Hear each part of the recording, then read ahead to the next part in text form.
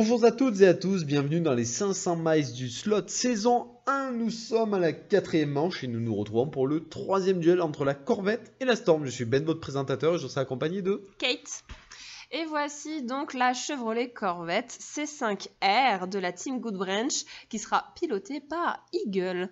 C'est ma petite voiture que j'aime beaucoup et elle s'est défendue précédemment, donc j'espère que ce sera le cas dans cette course. Ah, il faut qu'elle se donne. En tout cas, moi je vous présente la Lister Storm du team Michelin pilotée par Warnock. Une voiture qui est performante et qui commence à être dans le haut de tableau. En tout cas, la Storm a perdu face à la Maserati la manche d'avant, tandis que la Corvette a écrasé la Viper. Voyons au classement ce que ça donne. La Storm, elle, est 4e avec 5 points, tandis que la Corvette est 5e avec 5 points. Elles ont le même nombre de points. Oui, effectivement, je pense que ça va être une course assez intéressante, surtout que les voitures ont la même puissance, plus ou moins, d'après ce que j'ai cru comprendre de la part des différentes teams. Donc ça peut être vraiment intéressant. Et les pilotes, je suis tentée de dire que Eagle a des efforts à faire. Ah, Eagle a des efforts à faire, tout à fait. Parce que dans les courses précédentes, il montrait des petits problèmes de pilotage, des erreurs. Donc j'espère que cette fois-ci, il va se reprendre en main. Parce que si les voitures ont une même puissance mécanique, s'il se donne un petit peu plus à fond, ça peut être intéressant pour lui et pour sa team. Ça peut passer, surtout qu'en ligne droite, on sait que la Corvette a plus de puissance que la Storm. Faut voir ce que ça va donner. En tout cas, la Corvette prend la tête et la Storm suit derrière de très près.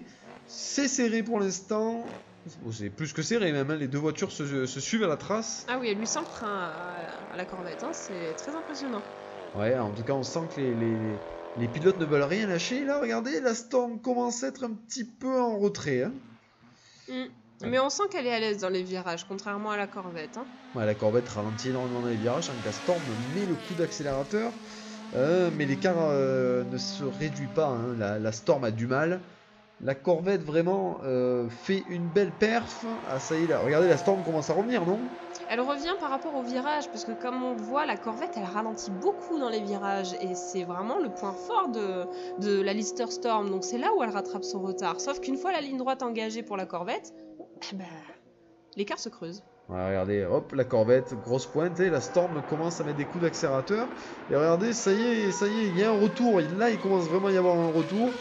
Le travail fourni paye. Warnock fait des efforts. Regardez, il est passé devant. Il est passé devant. Oh, c'est serré. C'est très serré. La Corvette a mis un gros coup d'accélérateur. Ah, dommage. Elle est sortie de piste. Elle est sortie de piste. Et voilà, Warnock a remporté cette course. De gros efforts des deux pilotes, hein. De gros efforts des deux pilotes, parce que comme je disais, Eagle, je pensais sincèrement qu'il n'allait pas en fait mener la course comme il l'a menée à l'instant. Ouais. Donc c'est très agréable à regarder et félicitations à lui, mais malheureusement bon, il a perdu. Et Warnock, écoutez, félicitations, hein, vraiment, hein, c'est une belle course, hein. Vous l'avez tenu et vous avez gagné. Ouais, Warnock, le team Michelin est à la fête, hein. Le team Michelin, il faut dire les choses. Le team Michelin espérait finir au mieux 6e du championnat. Là, en l'occurrence, le travail fourni paye. Et je rappelle qu'ils étaient 4e avant cette course. C'est beau, c'est très très beau. Ah oui, c'est très très beau. Alors après, ce n'est pas terminé. On verra bien la suite, hein. Bon, on va voir la suite. En tout cas, la Lister Storm est partie pour le chrono et la performance est belle. Regardez, il roule vraiment vite, hein. Ah oui, je pense que ce pilote vraiment a des promesses à tenir et avec 15,44 au chrono. C'est pas mal. C'est pas mal du tout. C'est vraiment un très très bon pilote. Je pense qu'avec une voiture, ne serait-ce qu'un petit peu plus performante, un petit peu comme l'Audi, vous savez, qui est en tête de classement, je pense qu'avec une voiture pareille, il pourrait faire de mieux. Ah oui, en tout cas, il a fait qu'une seule seconde de plus que le top chrono de la manche. Et la Corvette est partie. La Corvette est à peu près sur le même train. Elle roule fort, elle roule très très fort. Par contre, toujours la défaillance dans les virages, hein. Ah oui, mais on le ressent complètement, hein. Oh, 15,56, peu d'écart. Peu d'écart, donc c'est très très bien. Je pense qu'en fait, effectivement, dans les virages, ça ne va pas, mais une fois la ligne droite engagée, elle se donne à fond. Le pilote appuie sur l'accélérateur et ça paye. Et ça paye. En tout cas, la Storm remporte la course et le chrono. 4 points pour la Storm, donc elle creuse l'écart sur la Corvette. C'est très bien, c'est très bien. Qu'est-ce que ça dit au classement? Eh bien la Storm reste 4ème avec 9 points. 3 points de retard quand même sur Pafet et sa C63. La Corvette 6ème avec 5 points. Aïe aïe aïe.